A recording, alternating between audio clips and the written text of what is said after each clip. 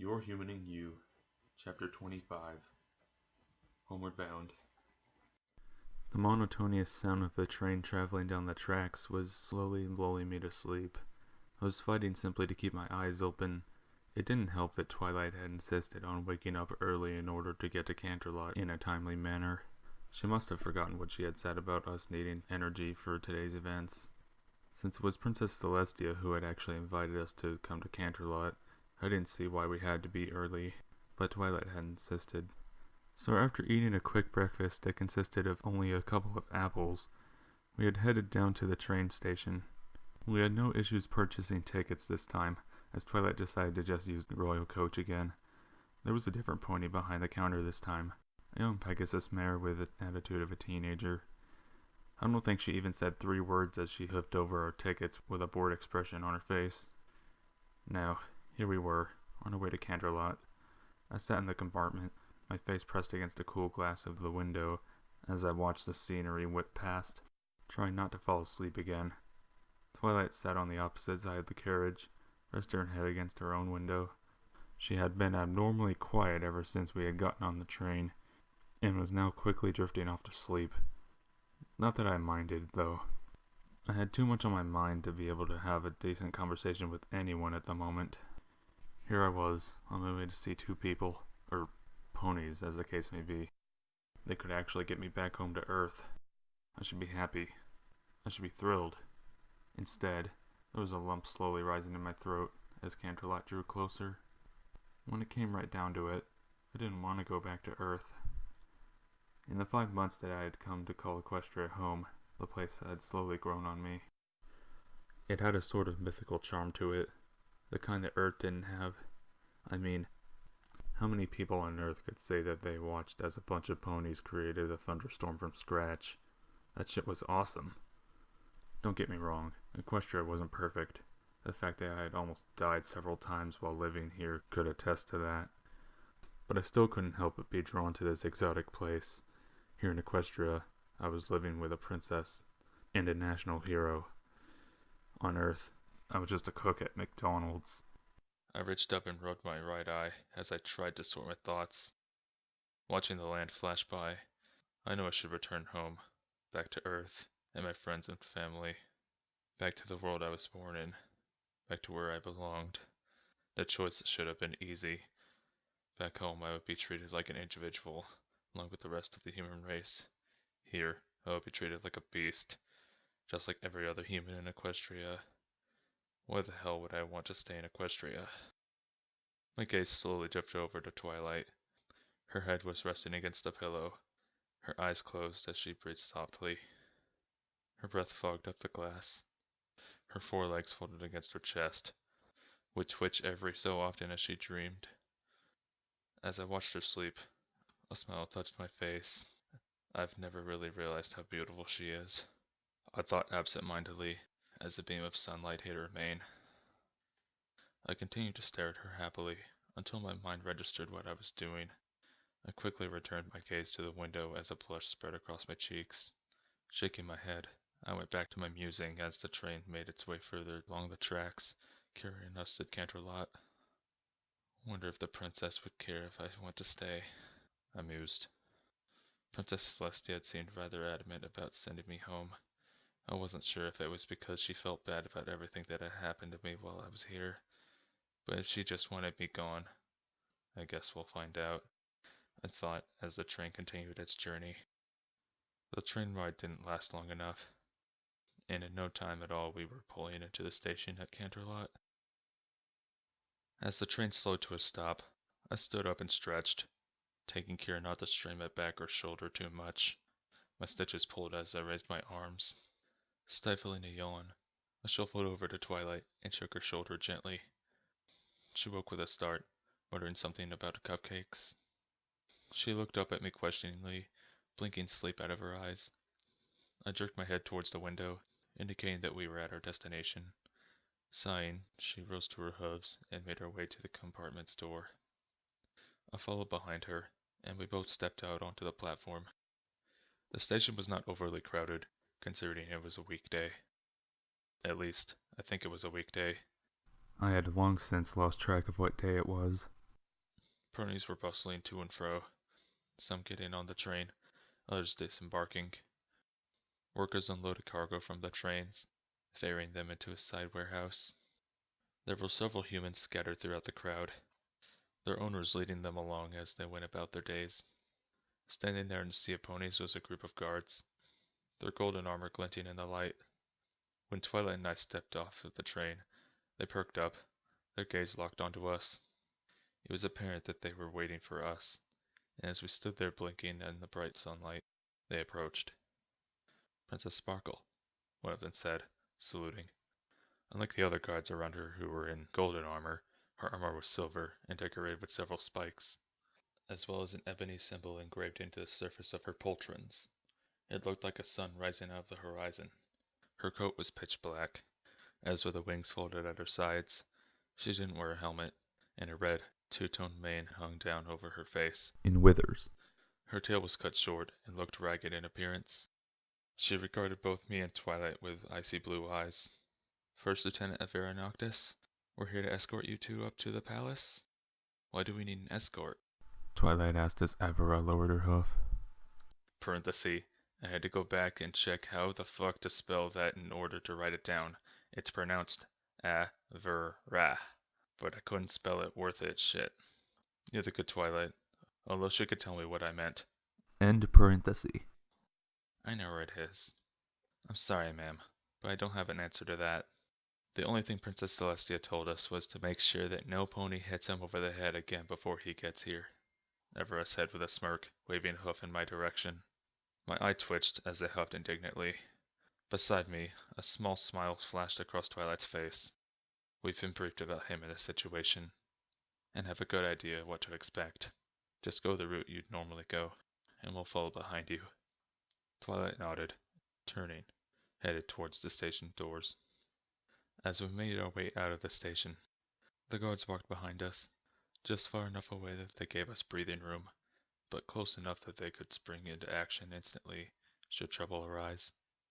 Avira chose to walk beside me, scanning the crowd around us with a bored expression on her face. As she walked, her hooves made a weird sound against the cobblestone street. Unlike the typical clip-clop of pony hooves, it was more of a scraping sound, like claws against stone. Some ponies would stop and bow to Twilight as we passed, but the majority of them just turned their noses up and continued about their business. Twilight just acknowledged those that showed her respect, while ignoring all the rest. The guards glared at the crowd, especially the stuck-up ponies, but that didn't do much either. It was clear that most of Canterlot did not respect Twilight, and for some reason, I found myself growing very aggravated about that. At one point we had to stop as a bunch of ponies leading a pack of humans crossed the street in front of us, that the handlers had the proper paperwork needed to sell humans. The ponies pulled out stacks of green paper and handed the forms to Avera, who quickly glanced over them. Satisfied that everything was in order, the guards allowed the ponies to continue on their way. The entire time that the guards were dealing with the ponies, I was eyeing the humans. Most of them just stared idly ahead, or were glanced around to see the source of some random noise. Some humans, however, were looking around with almost a disinterest, scanning their surroundings with an almost curious gaze. My brow wrinkled slightly as I watched them. What are they doing? Most humans that I've observed never really cared about where they were, so why did these couple break that mold? That was another reason why I wanted to stay. Something was happening to the humans here. I was sure of it, and I wanted to find out what it was. Hopefully it had nothing to do with my arrival, but somehow I had a sinking feeling that it did. I glanced over at Twilight, showing the inside of my cheek. If it turns out that I have to return home, I'll tell her to look into the humans for me. As the pack of humans began to move again, the last human in the group glanced back at me, a strange expression on her face. Her hair was cherry blonde and hung down to her shoulders, and she glanced at me with intense blue eyes. She looked at me with a small frown on her face, her head cocked to the side. I watched her go, absent-mindedly rubbing a finger along my right eyebrow. "Looks like you caught some pony's eye," Everett snickered, watching the group move off. Snorting, I rolled my eyes and fell into step behind Twilight as we continued with our journey. You seem really calm about this whole thing, Twilight said, glancing back at Evera. The mayor nodded, the smirk still on her face. I was here for the original Discord incident, as well as when he was living in the castle. I've seen some weird shit, she said, falling in to walk beside me again. Twilight just nodded, then continued walking. We made our way to the palace without further distractions. As we entered, I looked around, my mind noting that not much had changed since I was here the first time. There were a few different pictures hung upon the walls. When I had first arrived, the paintings had a sort of summer theme about them. The pictures now were fall-themed. I guess I changed them to match the season, I mused, as I studied the picture closest to me. Evera stopped us in the main hall, just off of the throne room. The princess is in the middle of day court at the moment, she said, as the other guards slowly dispersed. Please wait out here while I go inform her that you've arrived. With that, she slipped into the throne room. When the door opened, the gentle murmur of voices emanated through the other room, accompanied by the soft rustle of paper. They were silenced again when Evera closed the door quietly behind her. There were chairs placed along the walls of the hall that were meant for ponies waiting for an audience with the princess. Twilight sat down on one of them, staring at her hooves in silence. I moved to join her, but I stopped when a nearby doorway caught my attention. I'm not sure what drew me to it. There were several other ones that looked exactly the same. This particular one, however, captivated me. After casting a quick glance at Twilight, I slowly made my way over to the arch. Peering through it, I saw that it was connected to a short passageway that led to the castle's gardens. Looking back at Twilight one last time, I turned and made my way down the hallway, following the pulling sensation. As I stepped out into the garden, I noticed that the air seemed to be abnormally still. It was also surprisingly quiet, considering how close we were to Canterlot. I couldn't hear any sounds of the city at all, almost as if a spell had been placed around the entire place. Instead, only the soft sound of birds chirping and insects humming could be heard. A small stream babbled quietly through the gardens, slowly working its way towards the still pond filled with lily pads and reeds. The whole place felt like it was cut off from the outside world. I was making my way deeper into the garden when I realized that I didn't really know where I was going. I was simply letting my feet take me where they would, although I knew I was on the right track as the pulling sensation was slowly growing stronger as I walked. A small flock of hummingbirds flew around me as I made my way over to the stream by means of a small bridge. They didn't seem bothered by my presence, but curious. If only everyone was accepting as you guys, I thought, as one of them nuzzled on my shoulder for a brief second before flying off to a patch of flowers. A rustling from one of the hedges caught my attention, and a family of rabbits emerged from the undergrowth and made their way across the path. I watched them go with a small smile on my face, scratching at my scraggly beard absent-mindedly. Fluttershy would like this place, I thought, thinking back to how the yellow Pegasus loved animals. Wonder if she's ever been here before. Maybe I should ask the princess if she could visit. Perhaps I could go with her if I'm still around. I groaned, running my hands through my hair as I gritted my teeth. I was slowly beginning to get a headache. Trudging deeper into the garden, I continued to watch the wildlife, especially the birds. I was too preoccupied looking up that I failed to see a protruding root sticking up in front of me. My foot connected with it, and I fell unceremoniously to the ground. Grunting in pain, I pushed myself onto my hands and knees. I made to stand back up, but froze immediately when I saw what was in front of me. I had collapsed right in front of a statue. That in and of itself wasn't alarming. It was what the statue was that chilled my blood. It was the beast from my nightmares. Its body was huge, easily over 16 feet long. Its tail, coiled beneath its frame, acted almost like a chair and kept the creature upright. One of its hind legs crossed over the other. The mismatched pair of wings on its back were flared slightly, keeping it balanced. It was its face, however, that was the most unnerving. Unlike in my nightmare, the statue's face appeared almost normal. Stony eyes glared down at me. an evil-looking smirk adorning its face. It looked smug, almost to the point of being arrogant. That, combined with the fact that its arms were folded across its chest, made it look as if the creature knew something you didn't. This doesn't make sense, I thought, staring at the creature in horror and confusion. Why is the creature from my nightmares here? Sense? A voice in my head chuckled. What fun is there in making sense? Time seemed to stop as I sat there, staring up at the statue with an open mouth. Despite the fact that it looked like the horror from my nightmares, it was slightly different as well, more friendly, if only just. I was completely entranced by it. Something about it just called to me, begged me to reach out and touch it. My body, however, was frozen, unable to move. I wasn't sure how long I sat there, staring at the statue, before the sound of something landing behind me with a soft thump snapped me out of my daze. There you are, the new arrival said, their voice soft. We wondered where you had wandered off to. Tearing my gaze from the statue's face, I glanced over my shoulder.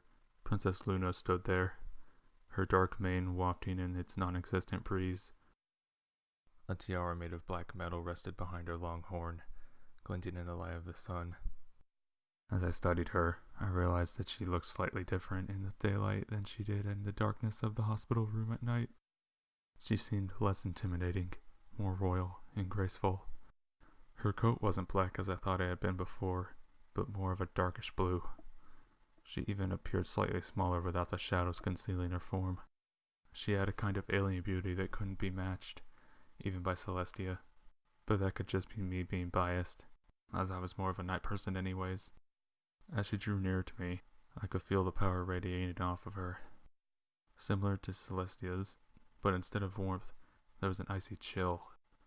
I shivered as goosebumps erupted across my skin. The chill only lasted a second or two, and then the area returned to its normal temperature. When the lieutenant told us that you were waiting, my sister suspended the rest of day court to meet with you, she said as she came to a stop behind me, looking down at me with her cyan eyes. When we came out into the hall to meet with you, we found only Twilight Sparkle. Needless to say, she became quite distressed when she noticed that you were gone, but we knew you couldn't have gone too far. Tia stayed with her to calm her while we searched for you. We? I asked, hoping that, like her sister, Luna could understand hoof language. Apparently she did, as she cocked her head to the side as I signed, an intrigued look on her face. Interesting, she said. We did not. She paused briefly, an annoyed frown flickering across her otherwise impassive face. Sorry, I did not realize that Twilight Sparkle had taught you the art of hoof language. I can see, though, that it would benefit you, seeing as you cannot speak. How did you find me so quickly? I asked, as I stood up, brushing off my pants. When I looked back over at Luna, I saw that she was looking at me with a small frown on her face. I have been searching for nearly an hour, she said, studying my face closely. I was flying over the garden when I spotted you just sitting there, staring at Discord. This is Discord? I turned back to look at the statue again, taking in the details for what was probably the 100th time. The strange creature just captivated me every time I glanced at it. Indeed it is, Luna said, stepping closer to me and looking at the statue as well. He is the one most likely responsible for bringing you here, to Equestria. And if what you saw is correct, he is also the one who was haunting your nightmares. We both stared at the statue for a long moment before Luna turned and shook her head, snorting softly. Come, she said, draping a wing over my shoulders and tugging me away from the statue. My sister is expecting you. I believe it is time to send you back home. I blinked and looked over at her, nodding weakly. Voices began whispering in the back of my mind, their words unintelligible. It sounded like two entities, fighting to be heard. Luna withdrew her wing, tucking it neatly back to her side. I turned to head off towards the castle, but was stopped when Luna placed a hoof on my cheek.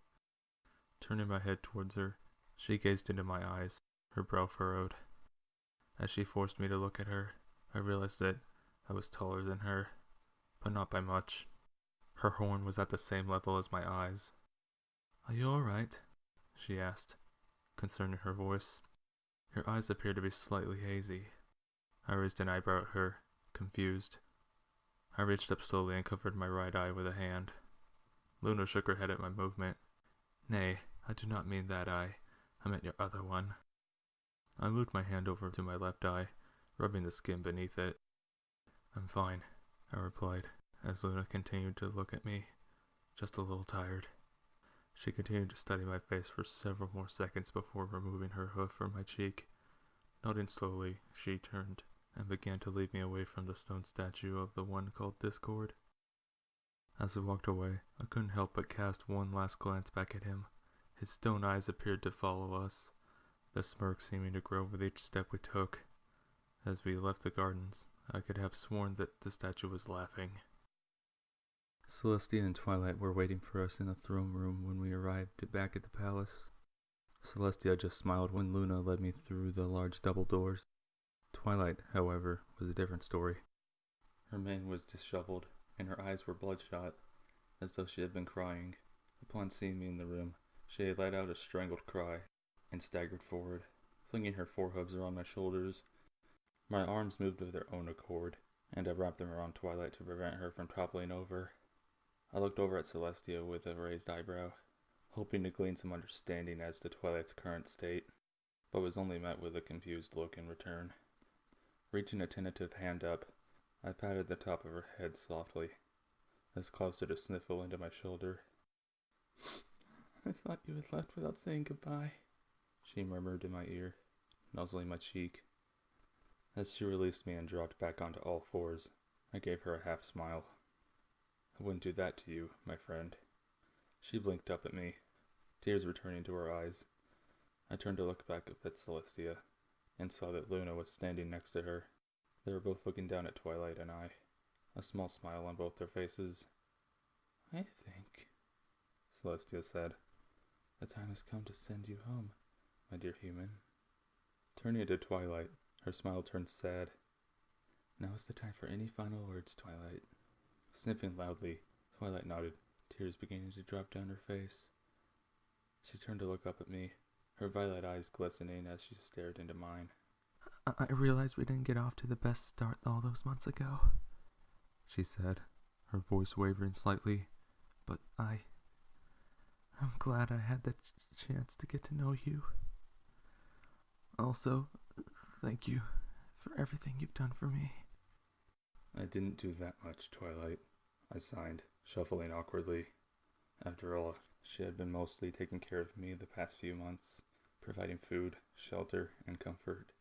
I just lived with her, making her laugh and smile when needed, as well as providing manual labor when required. "You did enough," she sighed. Closing her eyes, she dragged a forward leg across her eyes, trying to dry them. Yet the tears continued to come. She looked like she wanted to say something else to me, but when she opened her mouth, no words came out. She continued to look up at me. I could see her composure slightly slipping. That sight alone nearly broke my heart. The voices surged forward, the volume of their whispers increasing slightly. Tell her you're planning on staying. Tell her, make her feel better." Before I could, however, Twilight seemed to give up on her attempts to speak. Instead, she turned quickly and trotted to the doors. Flinging them open, she rushed out of the throne room before slamming the doors shut behind her. I watched her go with a frown. I hope she doesn't go too far. The sound of hooves behind me snapped me back to the moment at hand. I turned to see Celestia slowly approaching me while Luna remained standing on the steps to the throne. "Don't worry too much about her. She'll be fine," Celestia said, draping a wing over my shoulders. "I'll go talk to her after we are done here." Releasing me from her wing, she turned and headed back up to stand next to Luna. I positioned myself at the bottom of the steps, gazing up at the two alicorns. "Now then, this is a fairly simple spell," Celestia began, her horn beginning to glow softly. "It requires nothing from you, other than you do not move. Both Luna and I shall cast the spell, and you should feel a slight tingling sensation before you shall be transported back to your home. Although, a sheepish smile flashed across her muzzle, we don't know where exactly in the world you'll end up. That means if I go through with this, I might end up in some third world country with no way to get back home. Or even worse, the spell could transport me to the middle of the ocean.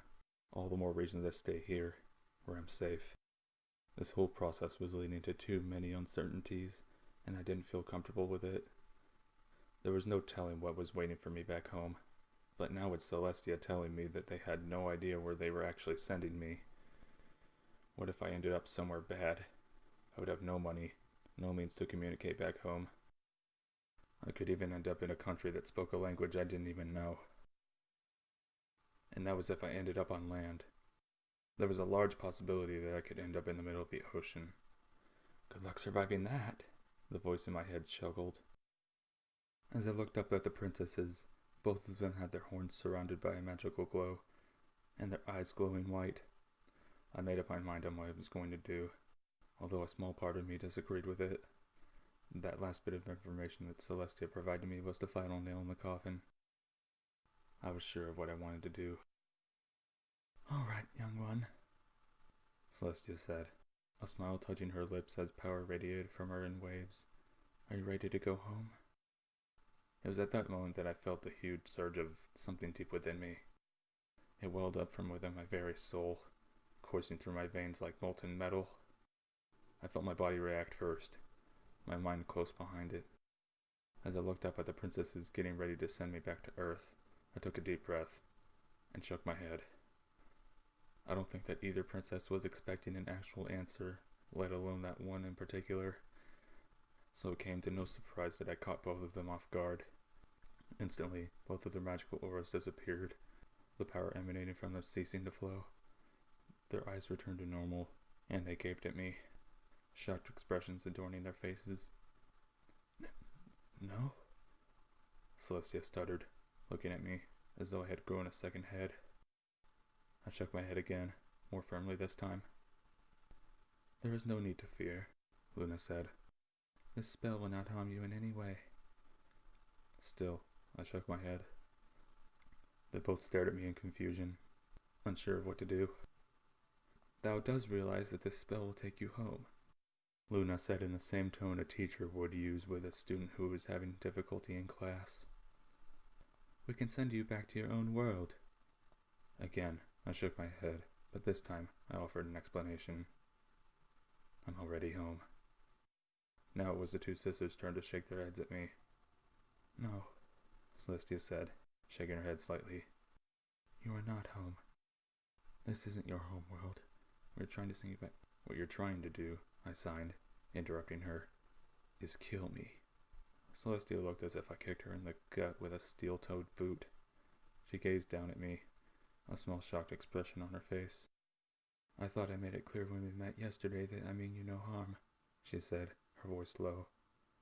"We were just trying to help you." "In what way could we possibly be trying to kill thee?" Luna asked, sounding slightly irritated at the accusation.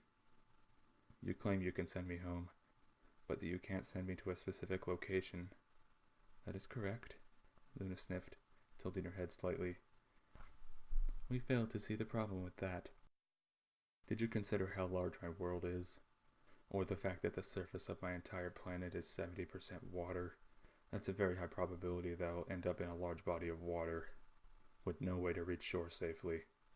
Both of them reeled back at that statement. I just stared at them incredulously. Seriously? Neither of them had thought of that? That may be true, but I don't think," Celestia began, but I cut her off again. "Not to mention the fact that you can't send me to my own country. There's nearly 200 countries in my world, and that's not counting the land that isn't inhabited."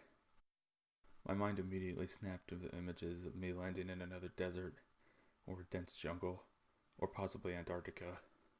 That would be a great way to die, standing around with a bunch of penguins. The two of them continued staring at me with wide eyes. Luna mouthed, 200 countries. When I mentioned them, a look of awe in her face. "If it's all the same to you," I signed, looking up at the stunned princesses, "I'd prefer to stay here, rather than risk dying back home." They stood there, mouths agape, as they stared down at me, their brains working overtime to figure out what had just happened. I could almost see the smoke coming from their ears.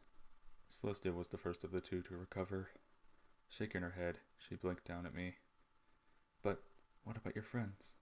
Your family?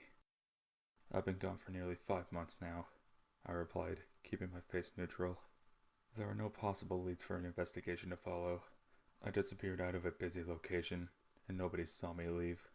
I paused, trying to figure out a word to replace car. Carriage was still there, so I couldn't have left that way. 5 months is a long time to stay hopeful when there is no evidence to be had. By now, everyone probably thinks I'm dead and gone. Even more reason to go back to your world, Celestia countered. You can alleviate their worries, make your family whole again. And leave Twilight all alone? I asked before I could stop myself. My face lit up instantly as a smile quickly spread across Celestia's face. Ah, I see. So there is another reason for you wanting to stay, she said smugly, her eyes drifting towards the doors Twilight had just exited from. So it seems that you've become close to some pony during your stay here? My blush deepened as Celestia laughed. It appears that may be the case. Leaning back, Celestia folded her wings as she looked down at me. It's an odd request, given the circumstances around you, she said, her voice calm. Have you given this much thought? You do realize that you're basically going to be living in a land where your species is less intelligent than you're used to, right? I nodded, keeping my good eye locked on hers. And you're sure that you don't want to return home? I nodded again, a determined look on my face. I wasn't budging. Even after almost dying several times? Celestia asked suddenly, tilting her head slightly. No world is perfect, I replied, a small smile on my face. My world is as dangerous as your world, except in different ways. Here, I run the risk of getting attacked by a manticore. Back home, I'm at risk of getting in a fatal accident while going to work, or getting shot or mugged. There's always a risk wherever you live. It's how you deal with it that matters. Celestia studied my face for a few more seconds, a troubled look on her face, before she sighed heavily, giving me a small smile. Well, I can't say I was expecting this, but I guess if that is your wish, then I have no problem with it. So long as none of my ponies come to any harm because of it, she said. Luna just continued to stare off into space, blinking every so often. In that case, I have but one real requirement if you are going to be staying in Equestria, Max. I looked up at her curiously, tilting my head to the side. Please, I know that after all you've been through, it's not my place to make demands, but I must ask that you continue to make Twilight as happy as you possibly can. Her gaze turned icy, and her voice steely as she glared down at me. For if you cause her to become hurt in any way, I'll make you wish you had returned to your world. We gulped nervously, but nodded, trying hard to stop my entire body from shivering. There was that god again, staring down at me with all the authority of fate itself. I clenched my fist, trying to steady my nerves. If she thinks I'll go down without a fight, she has another thing coming. I wouldn't dream of hurting her, I replied stiffly. She means too much to me. Good. Now then, what do you think, Luna? Celestia asked, turning to her sister. You've been fairly quiet this entire time. Do you have anything to add? Luna didn't seem to hear her, however, continuing to stare at something just over my head. I glanced back to see what had fascinated her, but I couldn't see anything. Luna? Celestia asked, nudging her with a hoof. Lulu, are you okay? 200 countries. Luna's voice was so quiet that I could barely understand what she had said. Celestia looked back at me, and I just shrugged my shoulders. Could you repeat that? 200 countries, Luna said, a bit louder this time. He said that there were nearly 200 countries on his world. She finally blinked, her eyes starting down to look at me. Swallowing, she cleared her throat before she spoke again. Could you possibly tell us how many humans inhabit your world? I blinked at the odd request, but couldn't see the harm behind it. Last time I checked before ending up in Equestria, There were about 7 billion humans estimated to be living on Earth. This caused both of them to yelp in shock. 7 billion? Celestia asked, her voice cracking. 7 billion? Her voice cracked slightly. Celestia asked, her voice cracking slightly. I frowned, unsure of what the big deal was. Yeah, that's right. Why? Luna and Celestia looked at each other, sheepish smiles spreading across their faces. No wonder we underestimated his world, Celestia said to Luna, who nodded in agreement, turning back to me. Celestia smiled apologetically. You see, my dear human, there are currently only around 4 million ponies alive on Icarus right now, and we don't exactly know the number of humans living here. We thought your world would be similar, so we didn't account for it being as large as you claim. I nodded, smiling as it all clicked in my head. There was one thing, though, that I had to make sure of. Glancing up at the two princesses, I gave each of them a nervous smile. So, I can stay, right? Both of them smiled warmly at me, calming my nerves. If that is what you wish, Luna said, then I have no problem with it. In fact, we believe that you might not be the only one who favors that decision. Her eyes flickered to the doors, the same ones Twilight had exited out of. My blush returned, and I glanced off to the side, causing them both to chuckle. I actually have 2 requests of my own. They both looked at me curiously. First, I would like to know if the passage to home is still open should I change my mind. At any moment you wish to return home, you are free to do so, Celestia said, dipping her head slightly.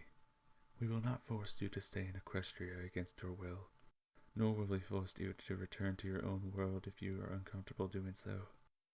Okay, thanks, I signed with a smile. And secondly, could you send a letter to my family back home on Earth?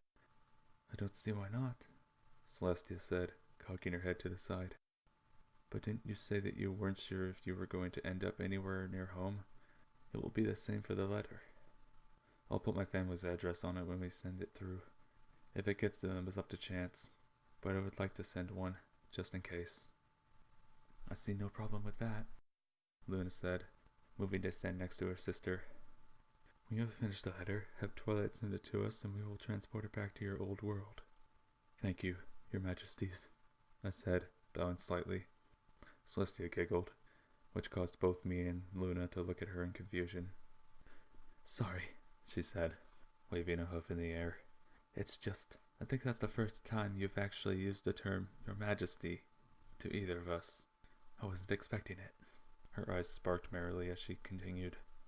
Please be aware that if you are indeed staying here, you will have to live with the majority of the world treating you like an animal.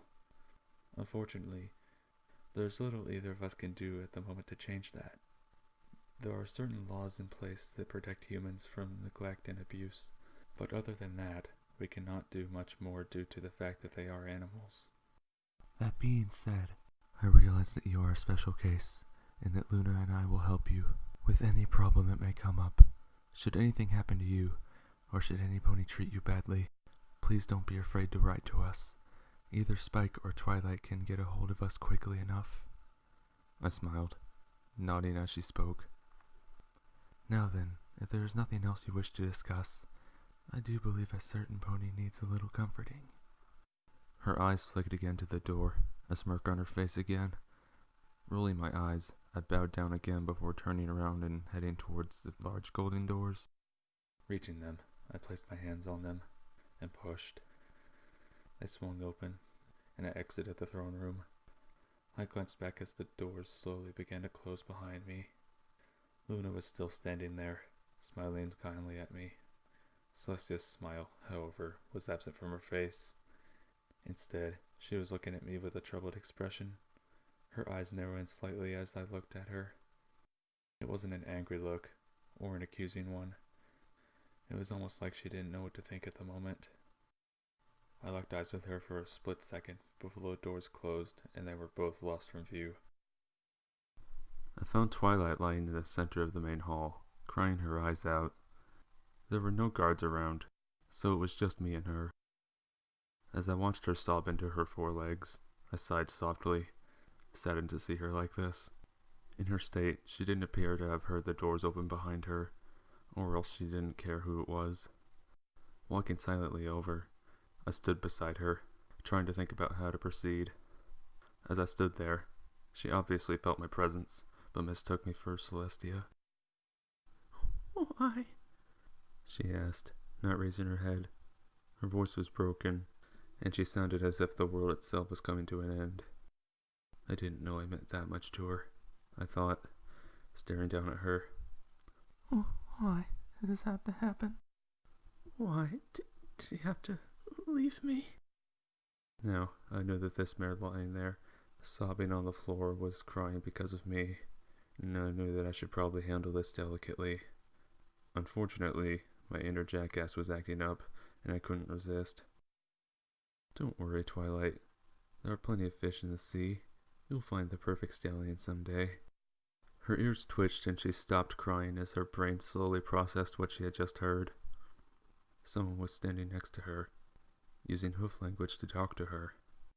Slowly, she lifted her head and turned to see who was standing by her side. When her gaze landed on my feet, her eyes widened. Slowly, her gaze rose, her mouth hanging open till she was staring up into my smiling face. She stared up at me, stunned for several seconds before speaking. Her voice cracked slightly as she did so. "Max? Is that really you?" I raised an eyebrow, still smiling down at her. "You know any other human that's this good looking?" She cocked up at me, still not believing what she was seeing. "But I thought you were going home." "I am. Let's get going, shall we?" I reached down and picked up her limp body, lifting her over my head. I placed her on my back piggyback style, wincing as my stitches pulled slightly. She clung to me in disbelief as I made my way out of the palace, descending the steps into the city. As I walked through the streets, ponies stopped and stared at us, whispering to each other behind their hooves. Some of them even looked horrified at their princess's scandalous behavior, but I didn't care. I don't think Twilight did either, as she was too busy staring at me in confusion. "But I thought you were going home," she repeated after several minutes. "To your own world." "Change of plans. I decided I'd like Equestria more. Looks like I'm staying." I spotted the train station in the distance and began picking my way through the crowd towards it. But why?" she asked simply, hooves shifting slightly on my back as she repositioned herself into a more comfortable position. "Don't question it, just go with it." She became quiet again, and I glanced over my shoulder at her. She was staring off into the distance, a blank expression on her face. Her fur on her cheeks was still wet, but her tears had stopped flowing. "So you're staying here? With me?" she whispered, looking back at me. "Yeah, you're stuck with me." I smiled, nodding my head. A smile slowly spread across her face. "Besides, I did promise that you would have to put up with me for quite a few more years, right? I don't want Pinky to think that I've broken a promise." Her smile continued to grow, tears of happiness starting to flow from her eyes. Suddenly, she leaned down and nuzzled the top of my head happily. I couldn't help but chuckle at that as I reached up and scratched behind her ears. She murmured happily into my head as we continued towards the train station. As we drew near to the station, I sighed happily, content with what had transpired in the throne room. I was overjoyed that the princesses allowed me to continue living here, with Twilight, even if Celestia was troubled by something. I knew that it probably wasn't going to be easy living in a world like this, but with Twilight by my side, I was sure that I would be ready for the challenges. If someone else was in my shoes, they might have made a different decision. Hell, I was fairly sure that most people might argue that what I did was stupid. I wouldn't care about their opinion, however, because in my heart, I knew I was homeward bound, back to Ponyville, and to the friends I've made there. I was pretty sure that with their help, as well as the help of Twilight and the princesses, my life was going to start looking up. As Twilight wrapped her wings around me, a scent of lavender surrounded me, and I inhaled deeply. As we reached the station, a single happy thought darted across my mind, making me smile slightly as I reached up and stroked the inside of Twilight's wings absent-mindedly. The voice in the back of my head purred at the thought, but I chose to ignore it. After all, it was good to be home. I sighed happily as I watched Max walk back towards the train station, the alicorn of magic perched upon his shoulders. I feared for a moment that he would choose to leave, causing the poor alicorn's heart to break. I didn't want to think of what would have happened to the elements if that was the case. I hovered in the air, keeping an eye on the silent human as he slowly disappeared into the crowd. I hadn't been too sure of him when he had first arrived, but after watching what he had managed to accomplish in the time he had been in Equestria, my view of him had changed completely. It was because of this that I was actually willing to help him. If it had not been for my intervention and assistance, he would be nothing but a blubbering mess of nerves and a panic attack away from taking his own life. I had protected his mind from the worst of the horror that he had went through, sheltering his sanity. A smile touched my lips as I thought back to the moment we had first met, him lying there, dying. As his mind floated in the darkness, I had given him the spark needed to keep himself alive long enough to receive medical attention. He has such kind eyes, I whispered to myself, for one that has been through so much. I blinked as a wave of pressure descended upon me. Turning my head, I glanced in the general direction of the royal gardens. There was only one creature I knew of that could cause that kind of magical pressure. Discord, I breathed, my wings flaring slightly as I gazed at the horizon. He was happy about something, but I didn't know what it was. I knew that he had been manipulating the Sun Alicorn's mind yesterday evening, but I wasn't sure what his endgame was. It didn't matter, however. We had beaten him twice before, 3 times if you count his current predicament, and we could beat him again. Although, I muttered, turning my gaze back towards the train station, we might need some help this time.